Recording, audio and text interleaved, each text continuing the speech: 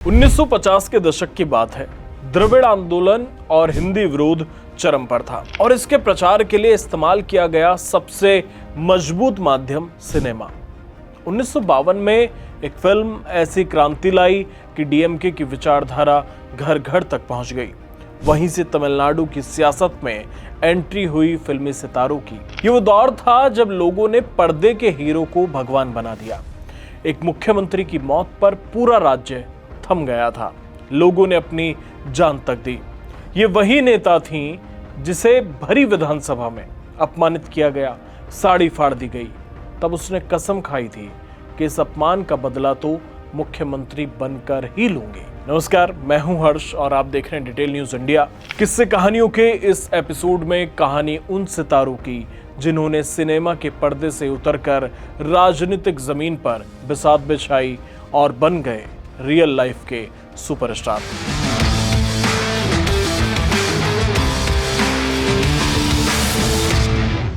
कहानी शुरू होती है 1950 के दशक में। उस समय तमिल सिनेमा बदल रहा था। ये वो दौर था जब द्रविड़ आंदोलन अपनी जड़ें जमा रहा था।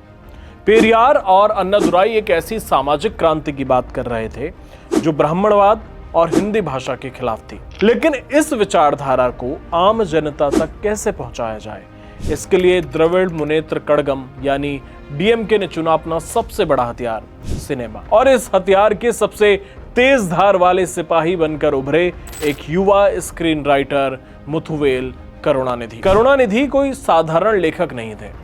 उनके पास शब्दों का जादू था। 1952 में एक फिल्म आई जिसका नाम था पराशक्ति। इस फिल्म ने तमिल समाज में चूल्हे हिला दी थी।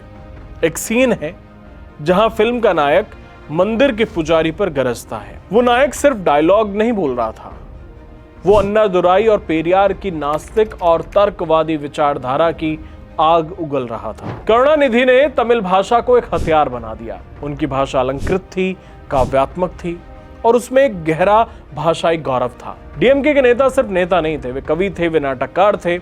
उन्होंने लोगों को यह महसूस कराया कि तमिल होना एक महान विरासत है और दिल्ली की राजनीति उन्हें दबाने की कोशिश कर रही है।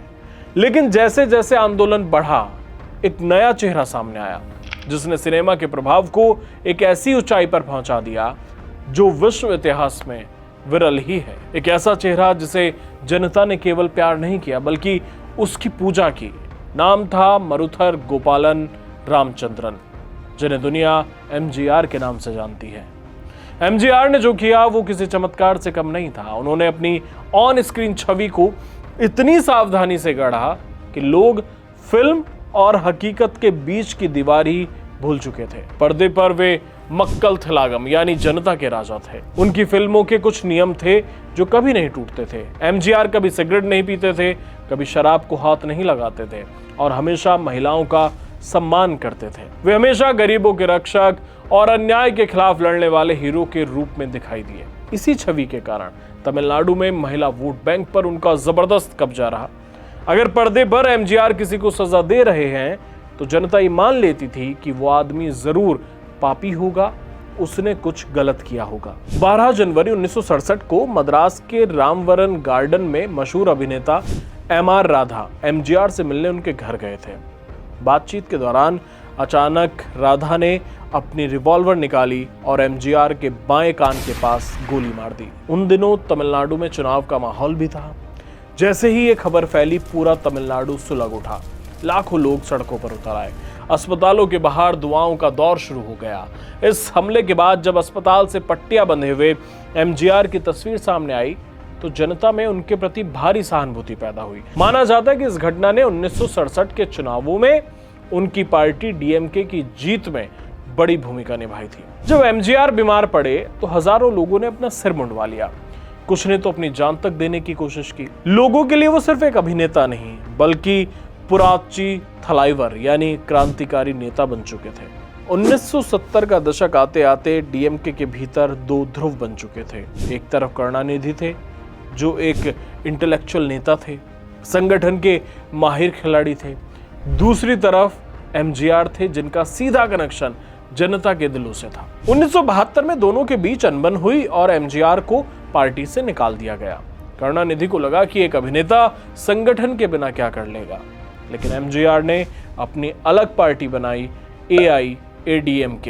यहीं से तमिलनाडु की राजनीति तर्क से हटकर भक्ति की ओर मुड़ गई। करुणानिधि अपनी सभाओं में डेटा और तर्क देते थे, लेकिन एमजीआर जब आते थे तब वे एक इमोशनल कनेक्शन लेकर आते थे। 1 जुलाई 1982 त्रिची का पापाकुरुची गांव, एमजीआर ने एक ऐसी योजना शुरू की जिसने भारतीय राजनीति का चेहरा बदल दिया। सथु उनवु थिट्टम यानी मिड डे मील आज की भाषा में।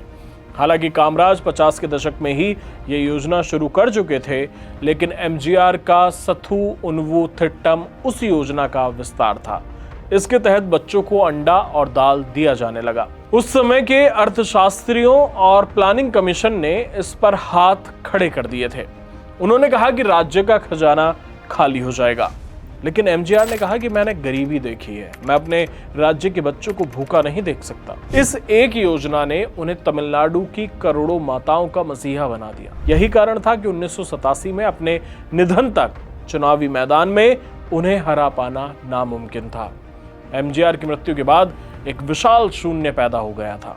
सबको लगा कि AIADMK अब बिखर जाएगी, लेकिन एमजीआर की विरासत की असली वारिस बनकर उभरी जयललिता। जयललिता की कहानी भी किसी भी फिल्मी स्क्रिप्ट से ज्यादा ड्रामेटिक और दर्दनाक है। एक ब्राह्मण महिला, एक पूर्व अभिनेत्री, एक ऐसे दल का नेतृत्व करने निकली थी जिसकी जड़ें ही ब्राह्मण विरोध में थी। शुरुआती दिनों में उन्हें भारी अपमान सहना पड़ा। पार्टी के पुरुष नेताओं ने उन्हें एक नाचने वाली कहकर बुलाया। 1987 में जब एमजीआर का अंतिम संस्कार हो रहा था तो उन्हें गन कैरेज से धक्का देकर उतार दिया गया था, लेकिन जयललिता हार मानने वाली महिला नहीं थी। फिर आया वो दिन 25 मार्च 1989, जिसे तमिलनाडु की राजनीति का काला दिन कहा जाता है। विधानसभा में बजट सत्र चल रहा था। करुणानिधि मुख्यमंत्री थे और जयललिता विपक्ष की नेता। बहस इतनी तीखी हुई कि सदन अखाड़ा बन गया। जयललिता ने करुणानिधि पर कुछ आरोप लगाए और जब वो बाहर निकलने लगी तो सत्ता पक्ष के कुछ सदस्यों ने कथित तौर पर उन पर हमला किया। जयललिता जब विधानसभा के बाहर आई तो उनके बाल बिखरे हुए थे, वो रो रही थी और उन्होंने मीडिया के सामने आरोप लगाया कि डीएमके के मंत्रियों ने उनकी साड़ी खींचने की कोशिश की। उन्होंने इसकी तुलना द्रौपदी के चीरहरण से की थी। उस दिन उस बहादुर महिला ने कसम खाई कि मैं अब इस सदन में तभी लौटूंगी जब मैं मुख्यमंत्री बन जाऊंगी। ये कोई राजनीतिक वादा नहीं था, ये एक पौराणिक प्रतिशोध की शुरुआत थी। 1991 में उन्होंने प्रचंड बहुमत के साथ वापसी की और मुख्यमंत्री के तौर पर ही सदन में कदम रखा। मुख्यमंत्री बनने के बाद जयललिता ने अपनी छवि को पूरी तरह बदल दिया। उन्होंने गहने छोड़ दिए, साधारण साड़ियां पहननी शुरू की और खुद को अम्मा के रूप में स्थापित किया। उनका शासन आयरन लेडी का शासन था। उनके सामने मंत्रियों का साष्टांग प्रणाम करना, उनके विशालकाय कटआउट्स को दूध से नहलाना, ये सब उस हीरो वर्शिप का चरम था जो एमजीआर के समय में शुरू हुआ था। जयललिता सिर्फ एक जनप्रतिनिधि नहीं थी, वो एक पवित्र शक्ति बन चुकी थी। दिसंबर 2016 में जब जयललिता के निधन की खबर आई तो तमिलनाडु में जो नजारा था वो किसी भी राजनेता के लिए अभूतपूर्व और अविश्वसनीय था। उनके प्रति लोगों की दीवानगी एक राजनेता से कहीं ऊपर थी, एक देवी या मसीहा जैसी थी। दुकानें, पेट्रोल पंप और सिनेमा घर तुरंत बंद कर दिए गए। उनका पार्थिव शरीर चेन्नई के राजाजी हॉल में रखा गया तो वहां लाखों की भीड़ उमड़ पड़ी। पुलिस के लिए स्थिति को संभालना नामुमकिन हो रहा था। लोग मीलों पैदल चलकर बिना खाए पिए सिर्फ उनकी एक झलक पाने के लिए खड़े थे। लोग सिर्फ दुखी नहीं थे, वे बुरी तरह टूट चुके थे। महिलाएं अपनी छाती पीट पीट कर रो रही थी। लोग जमीन पर लेटकर विलाप कर रहे थे। उनके समर्थकों के लिए वो केवल एक मुख्यमंत्री नहीं थी, बल्कि एक ऐसी संरक्षक थी जिन्होंने अम्मा कैंटीन, अम्मा मिक्सर ग्राइंडर और अम्मा बेबी केयर किट जैसी योजनाओं से उनके रसोई घर तक, उनके घर के अंदर तक अपनी जगह बना ली थी। उनकी पार्टी AIADMK ने दावा किया था कि उनकी मृत्यु की खबर सुनकर सदमे से या दुख में जान देने के कारण सैकड़ों लोगों की मौत हुई। उनके निधन के बाद भी उनका क्रेज कम नहीं हुआ। तमिलनाडु के कई घरों में आज भी उनकी तस्वीर भगवान के बगल में रखी जाती है।